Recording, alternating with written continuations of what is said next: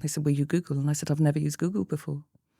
And they thought I came from outer space. I said, listen, I've come from the NHS. Welcome to Oxford Plus, the podcast focused on innovation around Oxford. We look at everything across the ecosystem, the institutions, the people, the technology. If you need to learn anything about Oxford, whether it's how to take a first step in through the door, or as an experienced investor wanting to go deeper, this is the podcast for you. Dr Ceri Morgan brings a rare perspective to healthcare innovation. She has experienced the system from three distinct vantage points: as a doctor, as a healthcare investment banker, advising some of the sector's most significant transactions, and as a patient, navigating the realities of the UK healthcare system herself. This conversation explores how those experiences shape her view of the opportunity emerging from Oxford, the wider UK innovation ecosystem, and why she chose to join Dalloway Partners. Ceri, thank you so much for joining today. Pleasure. You have a really interesting perspective because you have been a physician, an investor, and a patient. I'd love you just to talk a little bit about where you started your career and maybe take us through those formative elements. Of course, it's a pleasure. So I'm on my third career now, which I describe as my most favourite career for many, many reasons, but we'll get onto that. I suppose I started my career journey as a medical doctor. So I worked in hospitals. I particularly enjoyed and spent a lot of time in the cardiac department, so working a lot in cardiology, and also trauma medicine, which was a fascinating insight to the population. When people are at their most vulnerable, that's when you start to really see people's weakness, their vulnerabilities, and actually it's such a privilege to look after people at that stage. But there was a moment where I was working in a hospital. I was the most senior doctor on call. The hospital was full. Casualty was full. And I sat there and I thought, this is really dangerous and there's nothing I can do about it. And I felt overwhelmed with the pressure and quite suffocated with this institution. And the more senior you become in hospitals, the less involved with patients you are. And I thought, I don't know how I'm going to manage this for the rest of my life. I had a friend who was a bond trader. I'd never lived or worked in London at all. And he said, why don't you try and get a job in the city? I said, I have no idea what that is. Because if you're unsubscribing from a stressful environment, that seemed natural. Let's go. I didn't realise where it was out at the frying pan. But it's within 2 weeks I got a job at an investment bank as an analyst. And my goodness, I didn't have a clue what a stock or a share was. And they sat me in front of a computer and they said, can you start looking at this company? And I said, well, how do I do that? They said, will you Google? And I said, I've never used Google before. And they thought I came from outer space. I said, listen, I've come from the NHS. I bet they thought, oh my God, who have we got here? But they sat me in front of a med device company and I was on a roll. That was amazing. That was fantastic. But it was fascinating learning about the different companies and how investment banking worked and how you value companies and how you help companies. So that began my career in investment banking, and 20 years later, here I am. So I led a couple of life science teams in the city. The second one was at a place called KBC Peel Hunt. They didn't really have a life science sector team at all. And that's when I partnered up with a brilliant analyst who hadn't worked in the city before. And we scoured the landscape and we thought, gosh, the life science sector was pretty immature. We really didn't like the way that investors were looking at some of these companies. Let's just manage to get through a phase 2. Let's just manage to get to some form of inflection point in the city, get your share price to respond. And then people recycled, people moved out. And we thought, actually, this is not going to create a long-term platform. So controversially, but it was what we believed, we put a number of the companies on a sell recommendation. It was difficult at the time. We weren't deliberately trying to be controversial or obstructive. That's really what we genuinely believed. And roll forward 2 years, some of those recommendations started to pay dividends, i.e. trials had to be redesigned and people had to look at life science companies in a different way. Let's have a different form of platform. Let's have a different form of advice. How do we help these companies? And then we became the largest team in the UK's mid-cap environment. Small and mid-cap. Small and mid-cap. For anyone that doesn't know. Yes. Oh, my jargon, sorry. We ended up advising more companies than anybody else. And that was a real privilege. In a way, the brand wasn't the investment bank. The brand was our team. Very tight, very respectful of each other. We worked incredibly well. And it was my job to connect the investors and the corporate clients, so the corporate clients with the companies that we advised. And I love that dynamic. When you're trying to translate very technical clinical trial data when companies announce news on the public markets, generally in the UK, we don't have specialists. So I did call myself, much to the frustration of my analysts, I think, a translator, trying to look back on how I worked as a doctor, the interpretation of diagnosis and talking to the patients. Almost I felt like the investors were my patients in a way. How do you look through this data and what did it actually mean? Was there a fundamental point to these companies? Were they going to really fundamentally change people's lives? And invariably you do have clinical trial failings, but it's really important to remind yourself through every single stat of that clinical trial, there was a patient involved. And it's very hard to translate that across public markets when share prices are involved. So that was very, very difficult. It was very, very challenging.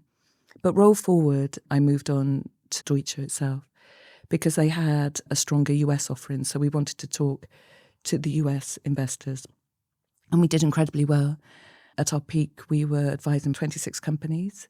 So I've had the enormous privilege of working with Jonathan Milner from Abcam, IP Group, and that's when I got involved with OSE, Oxford Nanopore, really trying to help these companies look for capital. So roll forward, I've been in Oxford for 4 years. And as I look back on my life, the bulk of my career for 20 years, I had this organogram of my industry, the public market industry. Who were the execs? Who were the C-suites? Who were the boards? Who were the investors?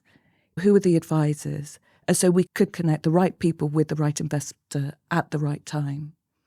And it made you very effective, very efficient, to have that ownership of that space and really get people to, I truly believed in, really try to help them. I had a wonderful time in the investment banking world, but it was difficult, very stressful when you're dealing with money and huge losses. And as I look back on it now, I recognise we've had very few recycling of successful capital in our life science sector. A lot of the companies were very tightly held by very few funds. So actually when they did have success, and by that either a share price performance or invariably an exit through industry, who benefited from that? We have had that structural failing, which is why I'm talking about my third career and what I've learned from being a medic, being in investment banking, and then coming to Oxford. So from an institution of the NHS and an institution of investment banking, and now the institution of Oxfordshire, trying to dissect that and understand that is going to be my mission for the next few years. So this is where I am today. It's fascinating. There are a few things you said there that I'd love to draw out.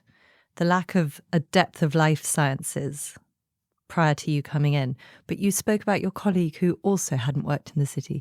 What background did they come from out of interest? A science background. So they were PhDs. So there was clearly a recognition that there was a need for this expertise, which in itself is encouraging.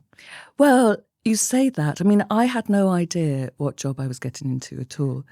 So I moved from being an analyst, but I recognised that was not my forte. I enjoy talking to people. I enjoy connecting people together, which is why I then moved on to the sales desk. So I worked on the trade floor. So I was his specialist salesperson and I was allowed to cross the Chinese wall, as it were, and to work with corporate. But we had no idea. But we knew that we wanted to create something. And it's only when you look back and when you've created it, do you think, oh, it sounded very purposeful and very deliberate at the time. But it really wasn't that at all. But we just came together and it was perhaps serendipity and it was a fantastic journey. The other thing that you mentioned that I wanted to just dig into a little bit more.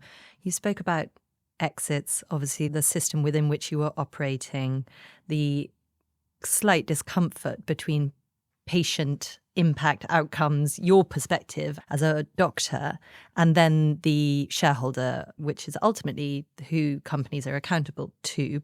How do you see that in the current system? Do you think any of that's actually changed meaningfully? Good question. Sadly, not perhaps with the NHS. Is it a national treasure, or is it something that is so frustrating that we could do so much more with? The medicines have perhaps changed a little, and this is going to be a little controversial, when we used to analyse companies coming in to see us to begin with, aside from medical devices, perhaps, if anyone came in with a UK strategy, i.e. an NHS strategy, we used to apply pretty much a zero valuation, because trying to penetrate the NHS as an innovative company, having some great medicines and some great devices that could fundamentally change these lives, patients' lives, it is frustratingly slow. The administrative burden of the NHS is really difficult. There's a huge depth and breadth of data that could possibly use for clinical trials today. But the fidelity of the data is not as good as it could be. And trying to deal with the trust-by-trust basis, it takes a long, long time. So the lead times are really very slow. And we're missing out. So if we really want to be the world's leading assets in AI and clinical data, which we could have, the potential is there, we need to somehow make a change with that. And that's really very difficult. But then looking at how things have changed enormously in the public markets today, sadly, we don't have much of a life science public market sector. M&A has really taken over, and we have so very few publicly listed companies. Perhaps it was born out of this recycling of successful capital that we really haven't done. So actually trying to attract more and more investors to support our industry. So when we did have industry companies, industry validation for some of these publicly listed companies, there was very little support to continue their growth on the public market. People wanted the cash from that sale. But I understand that there are huge risks associated with clinical trial companies. And now, actually, if I look back over the companies I was looking at 10 years ago, from those today in the private sector, because we've had a constraint of capital, people have had to be more imaginative. Company founders have had to be more imaginative with less capital. And actually the commercial prowess and the commercial aptitude is improving enormously, probably more than when our life science public sector comes back. I suspect the investors will see a much mature IPO candidate. But it's going to be difficult. I don't know when it will come back in the public market. And then I look at Oxford and I see the incredible opportunities that are coming through, the incredible science that's coming through. The city seems to be, that there's a huge bridge between public capital and private capital in industry today. And I think the private companies are trusting more of industry as opposed to letting their company be valued on the public market. So there's a fundamental structural problem there. So there are two quite separate things here, and one we've spoken about quite a lot, which is really interesting, by the way, certainly to me, is the capital system within which potentially successful companies are surviving, thriving, what they're navigating through. So initial fundraisers, obviously we're talking about IPOs onto either the AIM or the main London Stock Exchange, and then this much more recent trend, which is much more private ownership. And of course, the default setting to date, which is that life sciences will go to the NASDAQ, which is where there's more depth. And you and I could talk about it for a long time. You're not ordinary. No 9-to-5 meal deal lunches, meetings about meetings, compulsory team building, or living for the weekend. You're made for more, for the extraordinary, and you need an extraordinary bank. HSBC Innovation Banking exists exclusively to help visionary, VC-backed tech and life science businesses achieve their ambitions. From pre-seed to IPO, unicorn, and beyond, they provide custom solutions co-created by actual industry experts to help you scale, delivered by a dedicated team you can call whenever you need to. I actually want to pivot now, and I'm sure it'll come up again, and focus on these companies, on the opportunity at the other end, because we have amazing science in the UK, we have amazing innovation, and we are here in Oxford, and you are entering your third career. And so rather than spending longer on the slightly out of our control issues in the capital markets, I'd love to hear what you're going to do next with all of this knowledge. Yeah.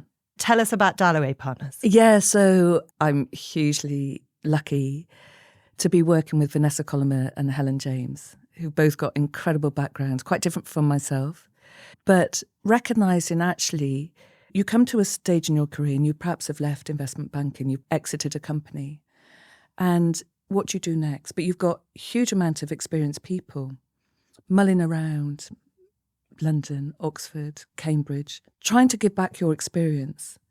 How do you do that? And how do you go out and seek companies that you can help? So Vanessa and I had a huge amount of commonalities in actually there are a number of brilliant companies that we really do want to help.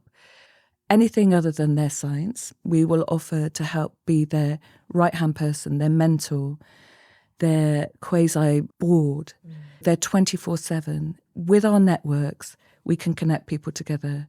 We will help these companies scale. We'll help them with mentoring. We'll help them with frustrations. How do you deal with a difficult board? No one's there to tell you. It's not a failing to ask people for help. But where do you go to ask people for help? Over the last couple of years, when I've been hunkering down, I've not been so active. I've had a number of people come to visit me in Oxford, and just having a talk about life, having a talk about what can we do, and just having someone there that understands you is, I think, really important, because you can feel so lonely as a CEO and you think that nobody else understands what you're going through. But actually, if they find someone, that's just brilliant. We've got a very high barrier to entry. We've all got to have true belief in every person that we work with. We have already been finding the most incredible people, and we will help them. There's something that I wanted to amplify there that you already said, but the fact that it's the non-science side. And I think to some people listening, this will be very obvious, and to others, it will be so counterintuitive. But the science needs to be measured, needs to be looked at. Ultimately, people need to analyse whether it stacks up, where it sits in the competitive landscape. That's a given. Yeah. I think what often is appreciated, and particularly by academics where the metrics and the success is so different to commercial success, is just how much is predicated upon the non-scientific elements. So we were talking this morning about storytelling. You just spoke there about board management. There's a fair amount of managing of people in the academic world too. But there's also this part that I think not enough people talk about, which is self-awareness, and mentoring obviously feeds into that, because often you'll have an amazing founder CEO and they might be able to grow and develop with the correct mentoring, board management, etc., to be a long-term CEO, but potentially they won't be. And that's often seen as some sort of awful schism. But actually, I feel very strongly that if that's communicated through self-awareness, coaching, ongoing conversations about pivot points, it doesn't need to be. No. It can be a natural maturation of that company and of that individual in many cases. I love that you're focusing on those areas that I think are often left to chance. And so as you were speaking then, talking to investors was one of my most favourite part of my job in the city, because people look at companies in a very different way. As a company founder, funder, sometimes you're so immersed in what you think you're looking to do, you don't realise how you come across to other people. You need to bring everybody in the ecosystem along with you if you're going to be successful. As we are becoming more and more aware of spin-outs and progression and scaling, are we really preparing for the next level of entrepreneurs, the next generation of entrepreneurs? Is it lucky? Is it you learn by default? Is it you learn by mistakes? Or do we need to start implementing and adjusting our education environment to say, actually, let's just start educating people about finance and term sheets, and actually, does your margin make sense? Does your business make sense? You can have amazing ideas, but if it doesn't make sense as a business, that's okay, but recognise how far you can take it. But also have a support network that can tell you that without you having to become a pseudo financial analyst yourself when that's not your primary skill. Yeah, there are people to help you. And so we're allowed to fail. Let's just fail fast and recycle, not just successful capital, but recycle brilliant people who want to do things. And make sure that it's in a more successful venture. Yeah, having mistakes is fantastic. If you don't make a mistake, then something's gone wrong. Then you're actually not doing the right path. That's how people learn. Yeah. Because everything is iterative, right? So you were saying you have a very high bar, but then we're also talking about helping people grow. So I'd love to know, what is the bar? What is it that are your non-negotiables on the way in? Because obviously you're trying to help people become better versions of themselves. Yeah. Better professionals, better managers. What are the non-negotiables? I'm very EQ driven. I'm much more EQ than IQ. It's a sense of if they are purpose driven, if they recognise that perhaps they're not going to be the leader of this company in the long term, because different people have different skill sets, and to find that one person that can be right at the beginning and lead this company into perpetuity is incredibly rare. I call it plays nicely with others. That's a good term. Yeah, that's a good term. It's a little bit like school ground. But yeah. Once we've engaged with a company, they are willing to engage and discuss with us. So I think a lot of it is gut, which is not particularly helpful to answer your question. But I think, again, through our networks, and we've got extraordinary networks between the three of us at Dalloway, we will ask whether we believe that this particular company is on the right path, because it doesn't benefit anybody. You know, if we say we can help you, but actually ultimately we can't in the end. So we will do our own due diligence, not the science due diligence, but we will do our own due diligence in terms of, does this company potentially have a place in the world? And can we help them? Can we help them with investors? Do we have the right network to help them? Because there are all sorts of investors. So that's the barrier to entry, really, is actually we have to really believe that we can help them, because if not, it's a complete waste of everybody's time and money. But luckily enough, I am in Oxford, and I spend most of my time in Oxford. So actually me being immersed in Oxford, where we've got EIT, where we've got Oxford Seed Fund, and actually not purposely, I haven't actually talked about the university, because we have to think about Oxford as an ecosystem, not just the university. But how do we democratise? How do we socialise what I'm experiencing when I look across and see the views of Sheldonian? How do we bring that out to the nation? How do we support everybody and bring everybody together? Because it's really important. We are in an economic stagnation, so we're becoming more and more polarised as a nation. So how do we think about that? Not every family member is going to be an ace in quantum, an ace in AI, an ace in life sciences. So how do those children, that generation, feel? They can't be left behind. We have to bring people together. And I'm really passionate about all of that. So if we can really look at Oxfordshire as a mini ecosystem and then try to sort of develop that throughout the UK. And I understand there are different pulling powers in the north of England versus the southeast versus the southwest. And it might be completely bonkers and not possible at all, but we have to try. I don't think it is bonkers, and I think that you're in the right place for this, because Equinox has just been launched, Equitable Innovation Oxford, and Olga Kozlova, when I interviewed her, is they're saying the equitable bit is so important. It's so important to Irene Tracy. Yeah. It's so important to Lisa Flashner, who's parked herself on the corner of one of the most impoverished, largest estates in the whole of the UK, which people that don't live in Oxford would just not know. No. The Ellison Institute, the university, all these entities and beyond, by the way, are there saying it's great if we can fund amazing, impactful science and innovation. Yeah. And that is core mission.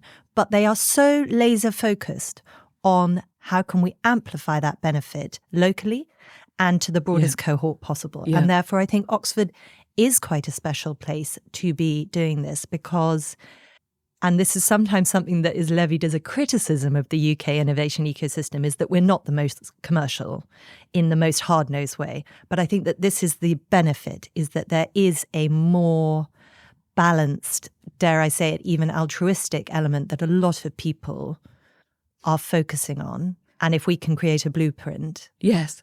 As a relative newbie to Oxford, I've been in Oxford for 4 years. I have struggled. I found it so fragmented and really complicated. Where do I look? How do I help people? How do I make an impact? I don't want to network for network's sake, but how do we bring very deliberate people into the room, and how do we talk and discuss and make progress together? And often in solving the problem, we're proliferating further confusion, which is both might be additive in the long run, but in the short term is sort of, doesn't that just add to the confusion of who's the person to talk to? Yeah. I feel the same way, by the way. Okay. It's tricky. It's tricky to work out where you can add value. Yep. And there's lots of people working to make it more transparent. I'm obviously doing my small part with the podcast. Michael and Christian are doing Oxford Tech Week. Equinox are really trying to set up work streams that will focus on these things so that there are people doing it. And I'm hopeful that it will become less like wading through treacle for people that are coming next. Whether you're a founder, a scale-up, or an established technology business, success takes more than good numbers and a great idea. It takes the right partner working alongside you.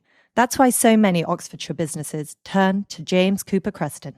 For over 20 years, they've been a respected and trusted part of the Oxfordshire ecosystem, supporting organisations with tailored, forward-thinking advisory, accountancy and taxation services, plus a range of other specialist support covering audit, payroll, corporate finance, business planning, and more to support throughout the entire life cycle of a business. What makes them different? They take time to understand your journey, your goals, and the story behind your numbers, offering clarity, insight, and informed practical guidance exactly when you need it. And with the reach of Creston Global, they'll help you connect with the right opportunities locally, nationally, and internationally, so that your business can grow, thrive, and truly maximize its potential. To find out how James Cooper Creston can support your next stage of growth, visit jamescoopercreston.co.uk. Now, I want to ask you, what kind of companies are you looking for? Because we've spoken about the sort of qualities that you want and the non-negotiables. Yeah. I know that you've got types of companies that you would particularly like to hear from if anyone's listening. We do want to concentrate on female health because it's been largely neglected. So we like to work with female entrepreneurs and people that we can bring together. There are lots of brilliant ideas going on throughout the UK, but we are generally subscale in what we're doing. Nobody talks to each other. So if we have a particular connect with a company, we want to be able to connect them to other people. And that can come in very different guises. We're working on an AI chronic disease company at the moment. We want to help a pre-cancer biomarker company because we believe that this company in particular is larger than Oxford. It has such potential to have a global impact on cancer. We have to bring other people together. Branding and storytelling, as we have both described, is not that well done. I think people generally in the UK need to be more proud of what they're doing. And sometimes you need other people to shout out and say, I think you're brilliant. I think you're brilliant, and I will introduce you to other brilliant people. And that's okay to say you're brilliant. And I think we can be a little bit too British. So the companies that we are working for are those type of companies. Companies who themselves recognise that they have a connection with us and they don't quite know how to scale or they don't know how to connect to certain people. I want to be seen as an open source. There are a lot of people, and I understand this, the people that they know, investors that they know, are their currency. But I want to share my currency. I want to share an investor list. I want to share a connection because I think we're not going to do anything successfully if we don't do that, and we've got to start somewhere. We were talking about Oxford Tech Week, And I'm helping the guys to coordinate that. And I think what they're doing is utterly brilliant. It's the first time we've had a tech week. It's not been driven out of the university, but the university has been incredibly supportive. It's really important because, again, it's developing the Oxfordshire ecosystem. We want to make Oxford accessible to people who don't know how to access brilliance. The panels are incredible. The people speaking are incredible. And they're not just from Oxford. We've got Jonathan Milner coming from Cambridge, who has got so much to give. He's got so much experience and he wants to give back. Vanessa Colomer, my partner at Dalloway, she's going to be talking on one of the panels because we want to say we are here, and if you want help, and if we can help you, please come and talk. And then we can say, this, we don't think we can help you, but we will pass you on to someone who can. Or come into our ecosystem and we will direct you to a legal representative we believe could be helpful here. Or we will direct you to an investor we believe that could be very helpful. So just have this one hub that people can come to. We can just invite people to get together and become bigger. And isn't it an interesting almost paradox that it's taken an Oxford branded tech week for us to almost bring some of these people from outside Oxford in, but which kind of seems counterintuitive. I've seen the list of speakers as well, and many of them are Cambridge or London. Brilliant. It's very much part of a momentum more broadly that's going on in the UK, which I'm wildly supportive of. The Golden Triangle, can fit in the pocket of San Francisco, Silicon Valley. And so the idea that sort of historic, structural, to do with the academic institutions in part, to do with geography and other parts, kind of idea of separateness has been potentially holding us back. So the super cluster board obviously are really fighting this. We're going to have East-West Rail. And I think it's all feeding into this more positive, a rising tide will raise all boats. Yes. Be syndicate members with each other. Yeah. And I'm so enthused by that. And even we spoke already about Lisa Flashner from the Ellison Institute. The Ellison Institute, this huge new arrival in Oxford, and people were a little bit, is it going to hollow it out? And actually, Christian and Michael said something when I interviewed them from Founders and Funders, that in Boston, fewer than 3%, and I might bastardize this quote, so forgive me if I've got it wrong, but fewer than 3% of spin-out startup companies are actually from the universities. I thought that was so important to highlight because often, because of the brilliance of our universities, they are overlarge within the innovation ecosystem in our perception and perhaps in reality. And actually, more money needs to come in through different vectors, more advisors, and it won't all fund the university. It will fund things around that build up in Harwell, in Culham, in Bicester Motion, in Oxford North and beyond. Fantastic. I think that people are really starting to see that. And the idea of defending a patch or a fiefdom is less and less popular. Yeah. But also we do need to support the universities. Oh, yes. And just to be clear, it's not either or, it's and. Yeah. Universities are struggling with their own balance sheets. And, we do have to have that element that people give back. And I understand that. But we can't have this impenetrable ecosystem. Academics and commercialisation, how do we find the balance between the two? And there is room for both. So, Ceri, you spoke briefly earlier about your experience of stepping away for a little while. And obviously that was as a patient yourself. And I'd love to just finally understand how that experience has influenced your thinking. Thank you for bringing that up. So a couple of years ago now, 2025, I was diagnosed with stage 4 breast cancer. I was out for a walk in Mallorca with very dear friends, and I really struggled to walk. I didn't know what was happening to my legs. I never had this sensation before. Anyway, roll forward a couple of weeks. I was in front of the mirror and I lifted up my arm and I recognised that I had skin tethering. And I thought, oh gosh, here we go. And I felt an enormous lump. That fast? That fast. Wow. So GP, biopsies, scans, many scans later. I couldn't walk because I had a pathological fracture from my tumour. It was in my breast. So my oxygen levels were fairly low in my body, hence I couldn't walk very well. Stage 4 means it had metastasized. So I had to start chemotherapy first. I saw a surgeon to begin with.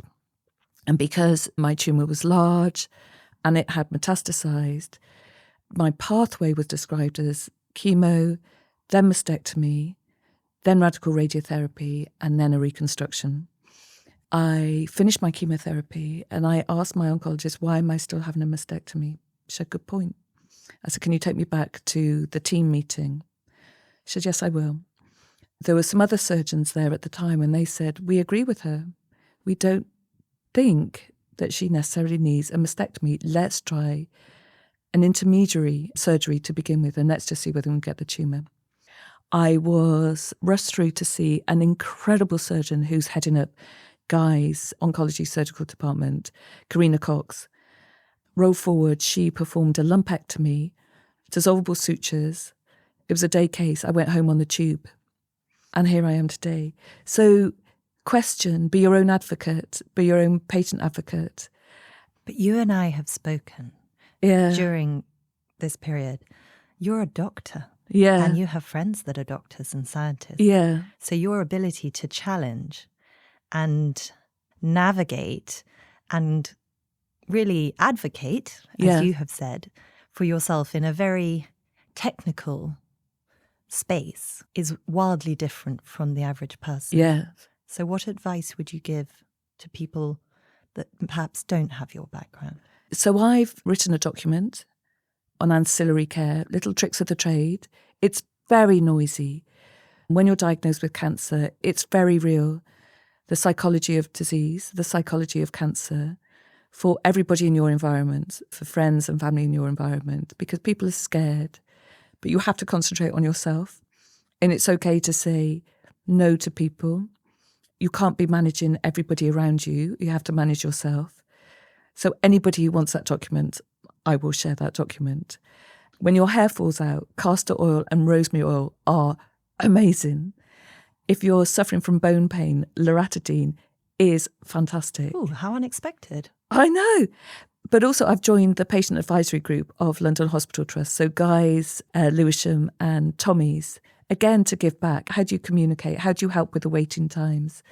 But also I found it really fascinating. How does your body and mind respond to when you're given the most stressful of situations? And I was really proud of mine. I'd come out of that 20-year career and I was doubtful of myself.